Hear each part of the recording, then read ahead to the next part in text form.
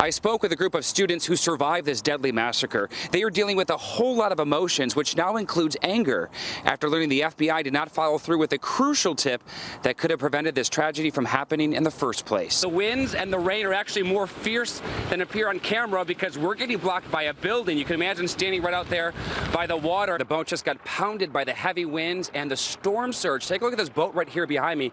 This sailboat up on the side of the dock, the bottom of it, as you can see, just split in half. We got to the bottom of it and discovered the problem started right here inside the Broward County Clerk's office. The focus of that investigation now shifts to how he got a small key like this to open up the cuffs on not only his hands, but also shackled to his feet. This is just 2 days worth of trash picked up from the streets of Broward County alone. Everything from metal shopping carts to bricks to pieces of plywood. Right now, that worker is in critical condition at Jackson Memorial Hospital after plummeting about 5 stories to the ground below. This all happening right here at the Decoupage building off Collins Avenue. Now, we are on the back side of the building off Collins, and if we zoom in, you can see that piece of scaffolding in question. She says she was friends with Nicholas Krauth until he showed up here for school with knives in his lunch bag. Just one of many disturbing behaviors she claims she reported to school officials in the years leading up to this deadly massacre. America's children are dying, and I don't want to be one of them. As students ran away from the building that day, Ariana Lopez locked herself in a school closet and waited. I want this to be fixed because my friends shouldn't have to go to school and stand in front of each other to block each other from bullets. I shouldn't have friends that are in the hospital because there are friends who died covered them. She emerged to learn many of her friends were killed, and her former friend, Nicholas Krauth, was responsible. No kid should have to go to school being scared that they're going to get shot by someone they know or don't know. She knew Nicholas Krauth, was friends with him 3 years ago, but says that friendship quickly turned to fear. Nick was not a kid that was bullied. He was not a kid who was harassed. He did the bullying and the harassing.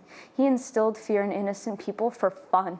She said he had an obsession with guns. She watched and worried as she says he started posting pictures to this social media account showing a fascination with rifles and with killing animals. She said his obsession then turned to people. Him verbally assaulting us, talking about killing us, doing things to our corpses, killing our parents, friends, and family, and it's like all of this was right there. Did you report this to the school? Yes. A ridiculous amount. She says the school counselors recorded her concerns and encouraged her to report anything alarming. But Krauth remained a student until being expelled for getting into a fight. I don't want to be angry because then he wins. I don't want to be upset because then he wins. For now, she says she's focusing on mourning. She's attending 2 funerals today alone.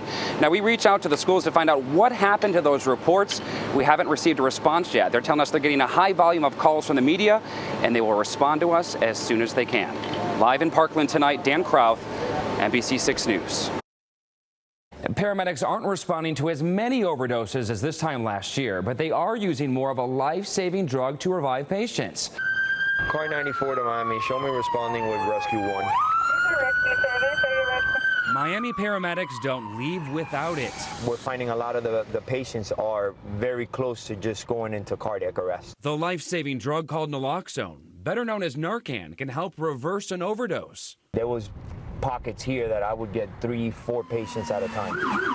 They're using it on more people in South Florida than ever before, on people like Sean Thompson. That used to say over, and then this side said dose. His nickname's Overdose. He has it etched into his arms. How many times has Narcan saved your life? It saved my life at least 3 or 4. The only thing he carries on him, his own dose of the life-saving drug. You pop it open, pump this in their nose, and 3 seconds, less than 5 seconds later, they come right back to life. It's the most amazing thing I've ever seen in my life. But paramedics say Narcan's not working like it used to. Not when dealers are mixing heroin with powerful synthetics like fentanyl and carfentanil. Paramedics here would typically use just 1 dose of Narcan to revive someone who's overdosing. But with these new synthetic blends, they're having to use 3, even up to 4 times the typical amount. Nicole Hawkins knows firsthand. People have used Narcan on me. How many times? 17. 17 times? Hawkins has been in and out of jail on drug charges. You can see the toll the drugs have taken on her body over the years. She says paramedics have used multiple doses of Narcan on her multiple times. So you've almost died 17 times. No, I did. I woke up on life support and on a ventilator at UM. It's a life-saving drug for many at a growing cost. In Miami alone, the city has spent more than 5 times the amount on Narcan than they did the year before. Taxpayers are helping to save lives. Yeah. Yep, absolutely. In fact, at 4 of the area's biggest fire departments in South Florida, what they spent on Narcan more than doubled in 2016 compared to the year before. And that's the trickle effect. Everything then spirals after that. More overdoses, more resources needed. That requires more staffing on part of the fire department, police, the ER, the hospitals. What's the price of life? That's right. Absolutely. I would say that the price of addiction also can take its toll. And addicts know that. Addicts know the risk. A single dose of Narcan costs a city around $40, and those costs are expected to get higher as the demand rises. Things can change in a matter of seconds. Objects hitting your car, or you swerving to avoid them. People don't walk away from something like this. Stephanie Murray did. Here she is at just 13 years old. It's definitely something that's really tough for a young adult to go through. You say you remember everything. But sometimes she wishes she could forget. She was in the passenger seat of her mom's minivan driving down I-95. It was a horrific accident. When this steel construction rod pierced her windshield and went straight through her body. It was about 3 centimeters 3 centimeters? from my heart. I can't even imagine. Neither could this Broward Sheriff Lieutenant. He's made it his passion that when on the streets, he looks for hazards. It is a big deal. I mean, you have a duty. Because he's lived it. He's Stephanie's father. This is the actual rod that went through my daughter's chest. Paramedics had to cut the rod in half to get his daughter Stephanie out of the car. And to this day, she still has a piece of metal in her lung. Community leaders called for action back then to make our streets safer. How can we make the highways and streets a safer place for all of our citizens? State laws changed, making it easier to report debris with Star FHP, adding road rangers, and tracking 911 calls made by cell phones. But it's still a dangerous problem. Drivers have been hit by paddles, even a crowbar in the past few months. Your heart sinks to your stomach just to constantly hear that, something else has happened to someone else, and it wasn't just me. The NBC6 investigators found accidents involving road debris have sharply increased in just the past 4 years in Miami and Broward counties. These statistics are getting worse over the past 4 years, and that's a little disheartening. I just can't believe how much stuff is here over 2 days. Transportation officials gave us exclusive access. This is about how much we get this time of year. To show us how the problem's piling up. Before the end of the week, this whole bin next to this will also be full.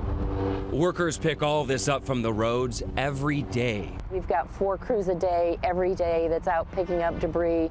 This is just 2 days worth of trash picked up from the streets of Broward County alone. Everything from metal shopping carts to bricks to pieces of plywood.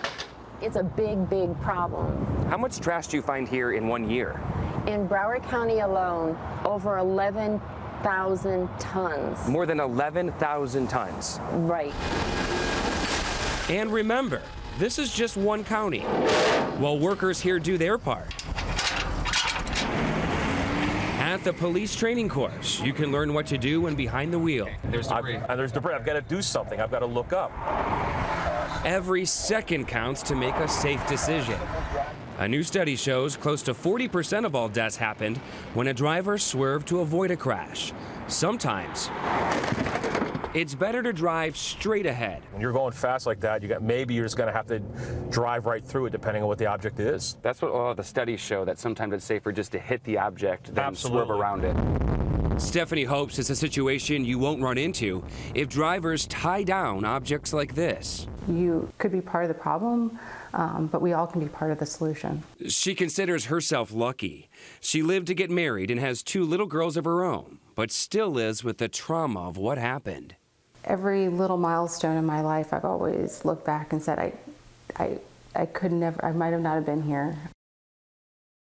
she might not have been here. You can also get fined for not properly strapping down items to your car, anywhere between $200 to $500. Stephanie says stricter penalties and more enforcement could help deter drivers.